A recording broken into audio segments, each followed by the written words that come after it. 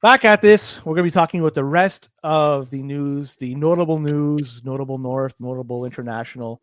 And these are stories that make us so very bullish. Boomer, appreciate you coming on and continuing on with this. Without you, I'd be doing this alone. It would be a heck of a show. Not really. It'd be a piece of shit, actually. So with you, it's actually a heck of a show. No, I miss those old. Remember a year ago, maybe 2 years ago now, you used to do those shows about the equities. Yeah. Those were great. Ran out of time for that. And wow, whatever. So you did them like those were by yourself, and they were great. Like they were short, like 15-minute shows. I could do something for 13, 15, 7, something like that. But yeah, anything beyond 20 minutes, I can't shift it. He's the man. He's the guy that could just, but I suspect it's heavily edited too. I don't think he's rambling for an hour and a half and it's not unedited. That's a special skill. Yeah. To be able to talk to yourself for an hour or two. I could just imagine all the spit coming out of his mouth as he's talking because he's just so animated and so passionate. Just his screen is just fucking full of saliva. You're talking about Peter Schiff, right? Yeah. Fucking guy. Did I ever tell you that's kind of how I got into Bitcoin was Peter Schiff? Tell me the story. I think you told me. I was a listener of his podcast for years. Like I like those old guys. Like a friend of the show, Mike Campbell. Yeah. Like I've been listening to Mike Campbell for 15 years. Peter Schiff probably around the same amount of time. And just like his constant, sound money, Federal Reserve is a fraud, all that stuff. That was really what kind of led me on the path of, learning a lot about gold and then ultimately the Bitcoin. Yeah. Well, we're happy to have you part of the Bitcoin camp as a result. Thank you, Peter, for setting Boomer in the right direction. Boomer, Pentagon, you heard about this story, right? How they suck at doing audits. And for people who aren't aware, the Pentagon, they have about an $800 billion budget annually. And, well, they get audited also on an annual basis because, let's be honest, they get allocated this money. They're not going to do it without any oversight and looking at what's going on in the granular details of how they're spending the money. But some of the money that they have been spending has been unaccounted for in a recent audit. And as for, it's not 800 billion that's lost, it's a portion of that. So just some of that money. So they do say that with these audits, this is the 7th audit in a row that it's failed. And they say with this last one, they're making some progress and things are getting better. And they say that they're going to come to a point by 2028 that they'll have a clean audit sheet. 2028. So they're saying that they're going to fail again for the next 3 more audits before they finally get to right. They're setting us up for failure. It's almost like listening to a budgetary projection when you hear like a provincial government, whatever, say, "Oh, we're going to we're going to balance the books by like 2029 or something," and then in the meantime, some black swan event comes on, and they just 2039. We meant, by the way, like these guys are setting us up. Like they're saying, "Okay, we're going to fuck up the next 3 or 4 audits, but we'll get it right by then." And by that time, you have the Ukrainian Z guy have this mega yacht, and he's fucking enjoying life in the meantime. And it's like stories like this, like it makes me so fucking bullish on Bitcoin because again, it's not just transparent. You can't fucking debase this shit the same way you can US dollar. The most surprising thing about that is that 8 audits ago they actually passed. So if they failed, it was the last one. But they actually passed one. Like that to me, that was my most surprising thing about what you just said there. Of course, there's no accountability. There's nothing. They're going to keep failing these things. I don't think that 2017 was the last time they passed it. I think that they have never passed an audit period. From what that makes more sense. That's even worse. That when they started doing these audits, and I can't believe they started doing this only in 2017 was when they started doing this thing. They failed every single one. I'm not going to say that there's money laundering going on here or something, but this was one of the biggest line items for the United States government for years. Yeah. And Number 3, when you right? give them, they're not giving them a blank check, but they probably ask, we need this amount of money. Okay, we'll allocate that amount of money to you, or let's talk about it. We'll try to find a happy medium. It's not like a small chunk of change. Like we're talking hundreds of billions of dollars of today's money. Every year, the United States military is the envy of the world in terms of its strength and ability to react and to exert its force on anybody else. And it's done so because of all the money that's been poured into it over the years, the R&D, the recruitment, all that fucking shit. And now they can't fucking figure out how they're spending the money.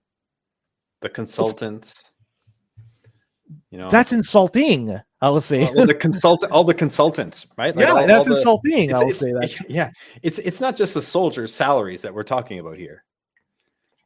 Yeah, we're talking about who knows what is in here, right? Yeah, it's just it's when you hear shit like this, I can't get bullish enough on Bitcoin. If anything, you'd expect them to understand where they're spending the money on for the military, but whatever. the money goes somewhere. Where it's going, we don't know. We'll check out the docs later to see. Always been that way as well too. If you were to go back hundreds of years and the British Royal Navy, I bet you they never passed an audit either. That's a good point.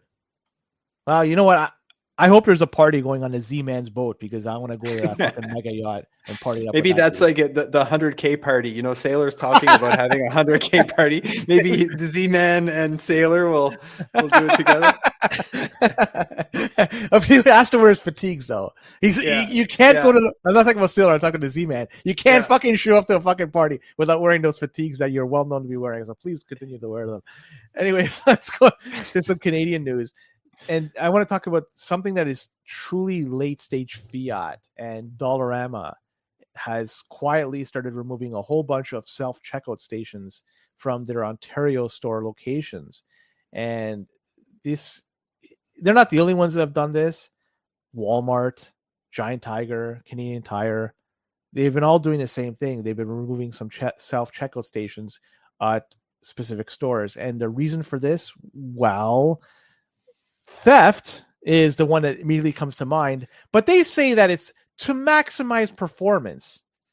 That's what they say. Whatever. I think the reality is it's some fuckers out there, they're stealing shit and they're ruining it for everybody because self-checkout can be a quicker hope, like the process can be better than using the regular checkout because it's depending on how competent you are with the self-checkout, and they're taking that shit away and now they're just late stage fiat, you know what I mean? Like these fucking thieves, they fucking ruin it for everyone. I've seen it before. Like I've been at the grocery store where I've seen people like do the self-checkout thing, and when it comes to the time to pay, they just grab their bag and walk away. That's fucking and the poor kid who's working there, he's probably 17, 18 years old. What's he gonna do? Is he going to stop anybody? It's like, no. What, right? Like, it's not his job, right? 100%. It's a grown-ass man that's running away with groceries, and you're going to get some teenager to go hunt him down? Like, no. Like, it doesn't add up. No, you're right. It's late-stage fiat, and it's easy to blame the thieves, and I do. Like, it's against the law. Like, you don't do that shit. But, my God. I know people are struggling. People are struggling, right? Yeah. And but this is Dollarama we're talking about. I know they do sell. I know. It's sad, right? Yeah. It's just so sad. I'm not sure if you heard about this one, but Canada has decided to cancel their automatic 10-year multiple entry visas for people that want to visit Canada. And up until now, and I had no idea this was the case, that they were issuing these automatic 10-year multiple entry visas. I always was under the impression that they were doing it the old way, which was, I guess, mothballed, where you could just simply apply for a single or multiple entry, and depending on which one you want, they would assess you. But they were giving these 10-year just automatically, it looks like. And for people who are unaware what this allows for people to come to Canada for some countries that need visas to come here, and they could leave and enter multiple times over the validity of that visa. Okay. And so the immigration officials now will have to determine whether a single or multiple entry visa will have to be issued, and also for the duration of it. The validity period is going to be determined by the immigration official. So they're going to be looking at the purpose of the visit, the funds, the medical conditions, the ties to the home country, and so much more. I'm surprised they haven't been doing this all along. I'm just shocked that so I know we had a huge influx of temporary everything into Canada. We're talking foreign workers, students, but it looks like even visitors too might have made up measurable amount of newcomers to Canada, or not newcomers, temporary people into Canada. Canada's now, they're revamping their immigration system, and they're closing the doors on a lot of this. And they're going to be reducing the amount of, I know there's a different category, permanent residents coming to Canada. They're going to be reducing that number significantly to the point of, I think it's going to be around 350,000, almost 400,000, not quite there. That's going to be issued every year, permanent residents in Canada, which is kind of in line with previous years before this all went very high. So they heard, and they're reacting. That's all I gotta say. Not sure if you want to add any more color to that. This 10-year multiple entry visa, is there some sort of restriction of how long each entry can be? Yeah. Is it because I just hearing it, I wonder if this one, if the juice is worth the squeeze. So you're here up until generally it's 6 months, and then you have to do something. People here for 6 months, going back to wherever for a week, coming back for another 6 months? That I have a problem with. On the other hand, if somebody was here for a week and goes back to wherever they are for 6 months, and then come back for a week, and then go back for another 6 months, I have no problem with that whatsoever. Right. So to me, it's like, it really depends. And if we're going to allocate a bunch of government resources to kind of change all this stuff and to catch all these people and to change all these rules, I wonder if that's worth the time. If theoretically, if they have, I'm going to use somebody from India as an example, and if they have a multiple entry visa to Canada and they somehow got one to the United States, I would imagine it would be challenging to do if you have zero ties to the United States. But let's say they have a family there, child or whatever, and they have a visa to the United States. Theoretically, they could come here to Canada for 5 months and change, enter the United States for some time, then come back to Canada and just keep repeating the process back and forth. And then legally, they have status here and they're able to stay, and they're not overstaying their welcome whatsoever legally. So they can do this. I just had no idea they were automatically giving these 10-year ones, and that I just found that to be interesting more than anything. But I just want to go back. They have heard. Justin Trudeau was on Twitter saying that they've heard all these complaints. There are people that are, I forget the exact wording he said, and I don't want to put word in his mouth, but they're trying to revamp the system to try to make it better in the future and try to ensure that there's less people playing the system, so to speak. There's so many things, so many issues with the immigration system in this country. And there seems to be such a public outcry now for change that I'm concerned that it's just going to be a clusterfuck and that nothing is going to actually get fixed and things might actually get worse. I'm concerned. Okay. So obviously they're closing the doors or reducing a lot of people coming under certain categories. Yeah. There's the one thing that's happening right now. There's an influx of people that are making claims for asylum in Canada. Yeah. That whoever gives them this type of information, that you should do it, because last I heard, I'm trying to find. I think I had notes on this.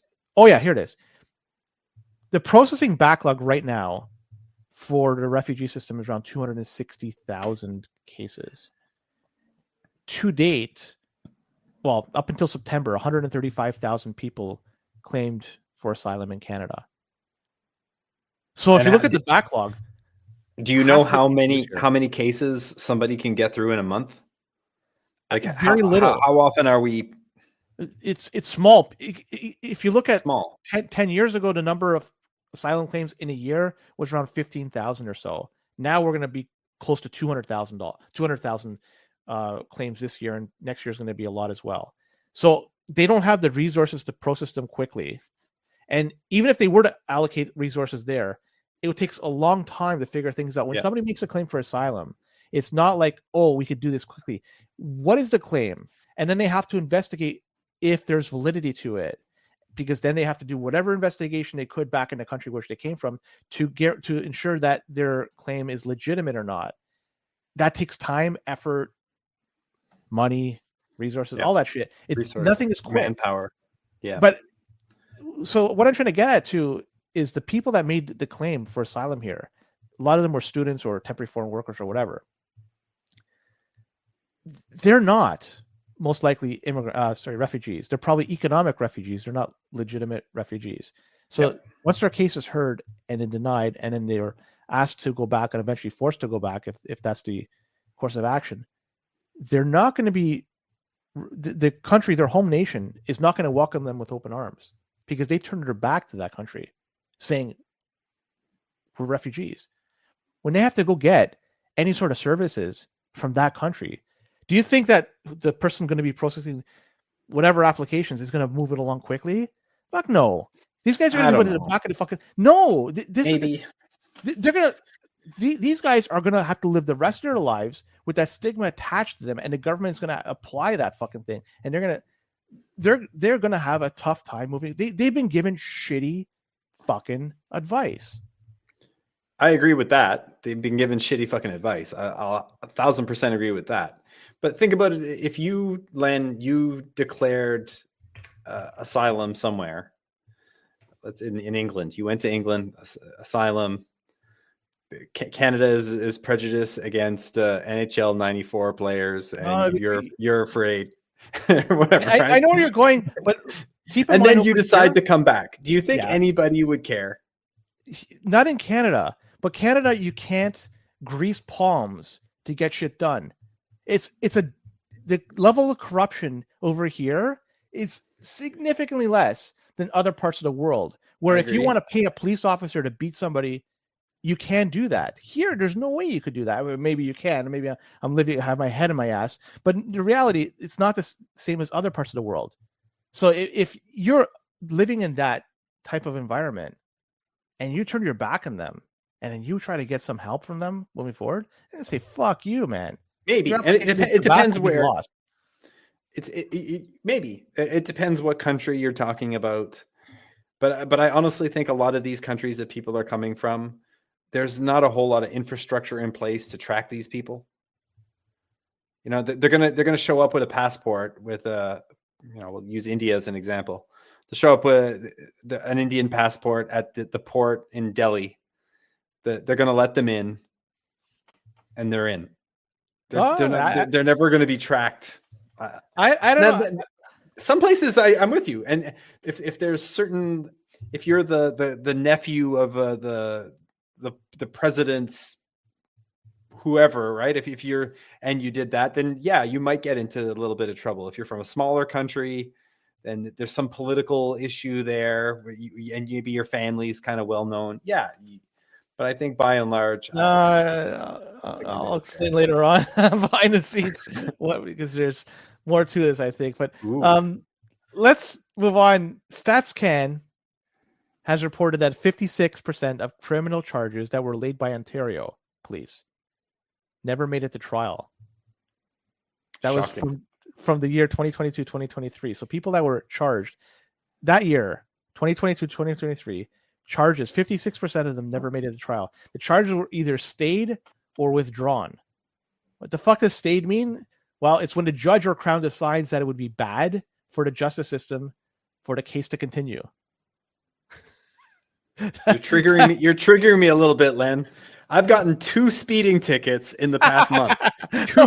Two of them. And I have a car that barely goes the speed limit. So to me, to get to be able to accelerate to a point where I'm able to get a speeding ticket, I'm actually achieving something. No, it is triggering. Like why are they putting speed cameras all over the place and I got to pay $115 fine when people are out there stealing cars and they're getting off? Yeah. Like that. And we know the answer why. We know the answer. So because I have money. Well, I think not that I have a lot, but it's overloaded for certain things, and they just want to, they'd rather brush it under the system. It's trending in the wrong direction. Yes, Isaac's saying it's revenue generation. Yeah. Yes. It's trending in the wrong direction. And like when you hear stuff like this, do you feel safer now than you did years ago? And I would argue no. Definitely not. Right. Like people that are on bail or they were charged with something. They're out in the fucking streets. They're doing what like they're there and they're out in the public, and they could continue doing harm to other individuals, right? Like I hear stories. I agree.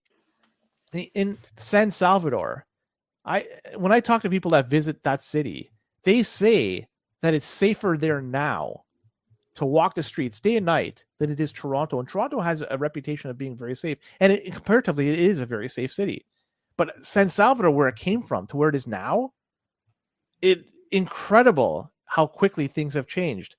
And by using that same metric, incredibly how things have changed here in certain cities in Canada. And it's unfortunately going the wrong way. And it's going the wrong way very quickly. Yeah. I wonder is there a breakdown of the crimes committed? I didn't get that. No. I bet you a lot of it is auto theft. I bet you that's a pretty big part of it. These crimes where there's no perceived victim, like if you can make an insurance claim on your car, then there's kind of like this, okay, well, there's no real victim. It's bullshit. I don't believe that. But I do believe there's a lot of that going on. For sure. And it's not the cops' fault. It's not the cops' fault. Like that's why I have a dash cam. Good for I have one. My car's old as shit, but I never know when somebody's going to do some insurance dash fraud. Cam, Faraday bag. You never know. Well, the dash cam makes sense. If you're driving about and somebody does anything, and it's going to be your word versus that person. Video evidence basically throws all that out the window. It's indisputable at that point. And if somebody says, fuck you, it doesn't matter what you say, this is it. And then if you're in the right, you're in the right. If you're in the wrong, you're in the wrong. And I've been driving for 30 years. I'm always in the right. It's sad to see how far Canada has fallen with this type of stuff. Well, here's another one. There was a shootout in Toronto. Not sure if you saw that. I did. So see this is a Toronto recording studio. 23 people arrested from this. 16 guns taken. Over 100 shots fired. This was Remembrance Day at 11:20 p.m. It wasn't the morning. And the police got tipped off on it because somebody posted on TikTok or Instagram or something of people dancing with their guns and shit. And did you see that one of the people arrested was a 16-year-old youth male from Brampton, and he is suspect for a homicide of Matthew Burgart back in April of this year. He suspected he was involved with the murder of this dude, and this 16-year-old dude was charged with second-degree murder. He was out in the streets firing guns, 100 shots, and he was one of the people. Toronto's a fucking zoo at in some areas. I don't remember a couple of years ago, Florida man was like a meme. What is that? Crazy Florida man. It's just like the craziest shit you could possibly think of. It's like, oh, it's got to be from Florida, because Florida is where the craziest shit. Well, now it's Brampton man. The craziest shit is always fucking Brampton now. Why? You're such a nice place. Well, we're closing the doors in Summit. We'll just leave it like that. This is an interesting one. The city of Toronto, they are now requiring people that own homes and they're renting them out. And if they are going to be renovating their house or their unit, they are now going to be forced to provide tenants with temporary housing or cover the costs. So if you own a place, renting it out, and you're going to do renovations and you're kicking the people out, well, you're going to be on the hook for providing them either temporary housing or covering the costs. That's for people in Toronto. And they have to apply for $700 per unit for a license. That's for proof of proposed construction or maintenance work on top of all that. Homes used to be an amazing, it still is to a degree, an amazing place to park your money because they don't make them as fast as people are coming in. So demand goes up. And especially if it's in a area that is desirable, price goes up even higher. But here you go, it's a shitcoin, right? It's truly a fucking shitcoin now. Yeah, especially rentals. Joey talks about it all the time about how owning a home does a lot of things for a society. Like if you're in a society with a bunch of people who own the place that they live, people are going to take better care of that neighborhood. There's going to be a lot fewer problems if everybody has a say in it. But now it's become so bloody expensive that people are forced to rent longer and longer and longer. And you guys talk about it all the time. Like the block of voters who are renters is growing faster than the block of voters who are owners. So these politicians now are putting in things like this, right? To put it. It's not good, guys. The scale will be tipped into the other direction, and they could easily outvote the homeowners. Now, there's a stat that came out today, and this is for the United States. I don't know what it is in Canada, but they say that the average home buyer in the United States is now 56 years old. Last year, 2023, was 49 years old. So it's gone up by 7 years in a 1 year period of time. And this is, of course, at an all-time high. And the reason for this is because the price of homes in the United States and just about everywhere in the world is so high comparative to what your wages are that it's getting harder and harder to buy a home unless you have access to parents, family, or a home itself that you could draw upon as a way to. So yeah, like that's steady Bitcoin, guys. This is like definitely you're in the right place. If you're here on a Monday night or you're listening to this on your way to work or whatever, a couple of days from now, keep going, keep listening, download some more, listen to some more. Store value in real estate, especially rentals. I would not do that if I were you. Not financial advice. Have you met this gentleman, the greatest? I don't know who it is. Like, probably Big Rig. Yeah, I got. Yeah, it's probably one of the guys from Ottawa. All right. Well, you know what? If next time you go, say hello to Boomer in person and mention your name as the greatest. Maybe you could then attach a name to it. I have a couple of ideas who it might be with a nickname like that. He at least thinks he's the greatest. Did you hear that Taylor Swift was in Toronto this past I did. Week? Probably still is. Yeah. I saw they shut down. I think it was the Gardner. Either one. Yeah. Either one. It was a major road in Toronto, so she could get from point A, I guess, the airport, to point B, her hotel, and they had this motorcade blocking off the roads, the whole 9 yards. It wasn't done in the middle of the night, like it's 3:00 in the morning, where few people are driving. This was in the middle of fucking day. People are trying to get to and from work. This was done on purpose, Len. This was premeditated.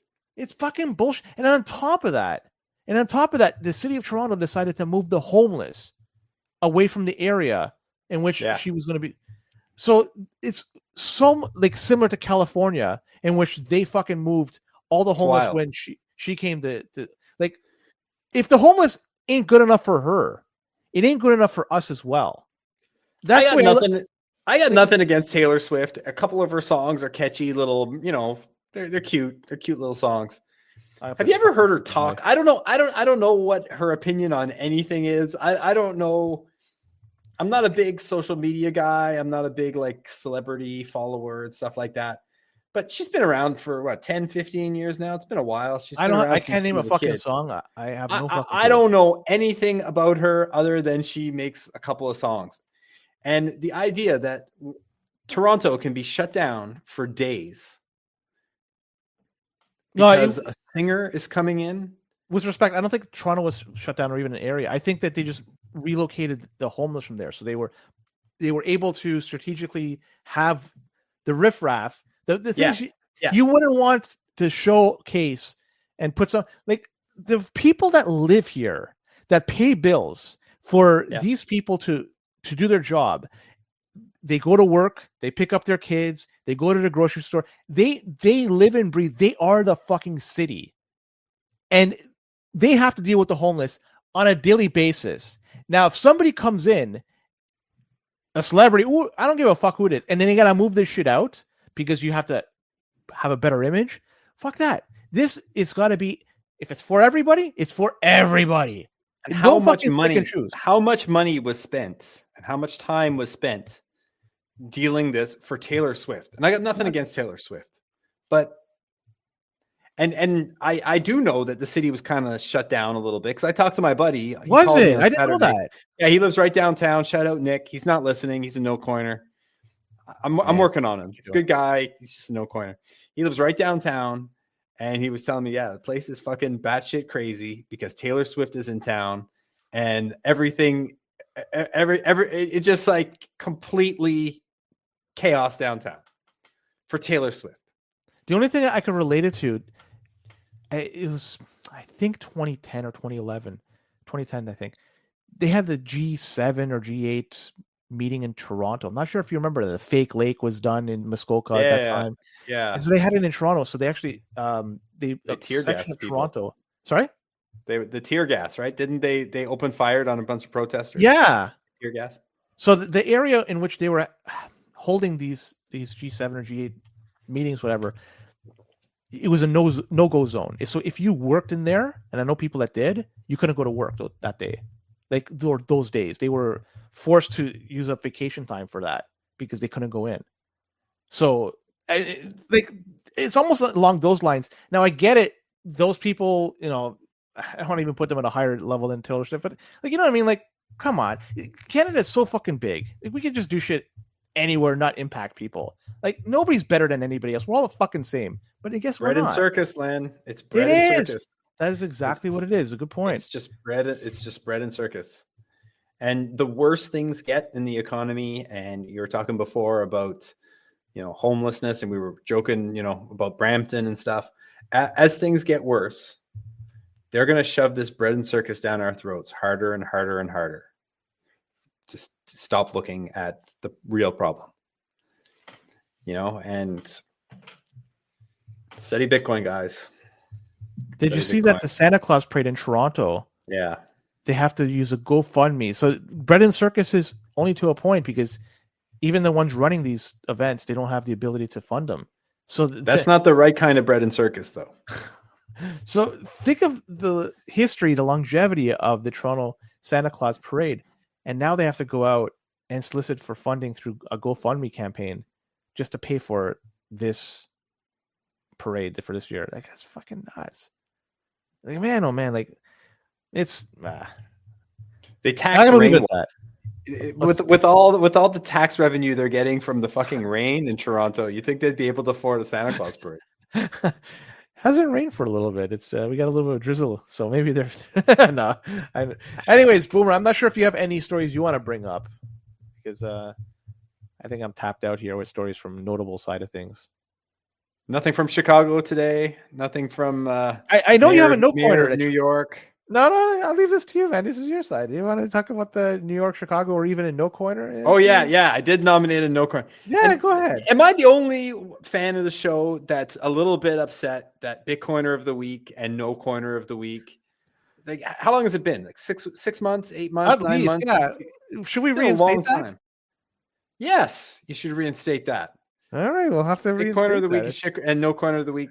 I don't have a Bitcoiner of the week. I guess Joey's wife. Joey's wife is Bitcoiner of the week. Okay. Yeah. So Joey's wife is Bitcoiner of the week, and Joey, congratulations to Joey. Yes. And his wife. Bitcoiners of the week. Joey and his wife. No, and the little girl too. And the little girl. Yes. Yeah. Bitcoiners of the week right there. No coiner of the week. Scottie Pippen, who claimed this weekend while on a stage with Michael Saylor at the Cantor Fitzgerald kind of conference or whatever they had, that he met Satoshi Nakamoto in 1993, and he considers Satoshi a friend of his. What the fuck? Now, I don't know about you, Len, but I do remember what's really sad is that in 1993, Scottie Pippen was perhaps the best basketball player in the world, not named Michael Jordan. Okay. I can't argue that because I don't have enough data to... Okay. He might have been the second best player in the world at that time. Defensively, he's the best defender I've ever seen. I'm a basketball fan since I was a kid. Nobody was as good a defender as Scottie Pippen, in my opinion. Rodman was a little bit of a one-trick pony. Rodman was a great rebounder, like fantastic. Rodman was a savant rebounder, but Scottie Pippen could guard a point guard, or he could guard a center. Scottie Pippen was just like a jack of all trades on the defensive end. He was a very good offensive player, but he was like S-tier defender. I highly doubt that in 1993 he was hanging out with Satoshi. I don't know how Sailor didn't intervene. I know he gave him a look. Like, what the fuck is he talking about, look? But I'm surprised he didn't say something and just have him elaborate a little further on that. Like, if somebody comes out and says, yeah, I met Satoshi, it doesn't matter a fucking year. I'm going to fucking, like, okay, let's hear about it. Now, if you're going to say it's before 2008, we're entering a territory where, it's bullshit, but now it's fucking bullshit. Right. So I want to hear your story. Like, he had an opportunity to have him elaborate. He didn't. So, you know what, Michael Saylor, you fucked up. You dropped the ball. Maybe he was thinking too much about buying more Bitcoin, but say something next time, right? Say something. But these celebrities that are going to come in, I think we're going to see more and more of that. I mean, I know we're joking about Scottie Pippen right now, and there's going to be a lot more that are going to be popping up almost. You see, like, he was off by so Pippen was saying that he had Satoshi visit him in a dream. This was back in September, and he said that the price of Bitcoin on November something would be, and he gave a price. He was only off by a few days. So maybe I'm the shit. Maybe I'm the no corner of the week for not trying believing to say Scottie Pippen. Maybe Scottie Pippen is friends with Satoshi. Maybe I don't know. But to visit in a dream, come on. Who knows? But like, I heard that. Like, I remember, reading the tweet. Like, fuck, that was close. Like, he was, in terms of like his prediction. Yeah, I'm not sure if you have any other like discussions, any other topics. One quick thing. Do you think we get to 100K US before the end of the year? I know you're not a price guy, and I'm only asking because a couple of friends of ours have a bet. So Julian Figueroa and Brendan from Green Candles have a bet about 100K by the end of the year. I think it's pretty close to 50-50, right? I'm gonna say yeah. I'm gonna say it's like, yeah, we'll be above. There's so much positive momentum right now, and then we have Trump as we get closer to him getting actually sworn in. Yeah, I think we'll be over 100K, and then I don't know if we'll finish the year over 100K, but I think that we'll probably. I'm pretty confident that we'll at least go to 100K and then drop down, maybe come back down. I'm. We'll see. I'm a little bit of a technical analysis guy. Like I like my charts, so I have a feeling that we might have a little bit of resistance at 100K, but I don't know. We'll have to consult Pippen's dreams. We'll have to ask Scottie Pippen. Yeah. All right, Boomer. Yeah. That's it. I appreciate you subbing in for Joey, and it's an hour. Thanks for having me. Thanks for having me. Yeah, brother. It's been great. Any last final words before we sign off? Study Bitcoin, guys. Study Bitcoin. Go to a local meetup if you have one in your town, and if there's not one in your town, start one. Make friends with Bitcoiners. Talk about Bitcoin with farmers. Just try to move this thing forward. Get people on board. We are winning. We are winning, Boomer. With that, take care, and don't be a cock.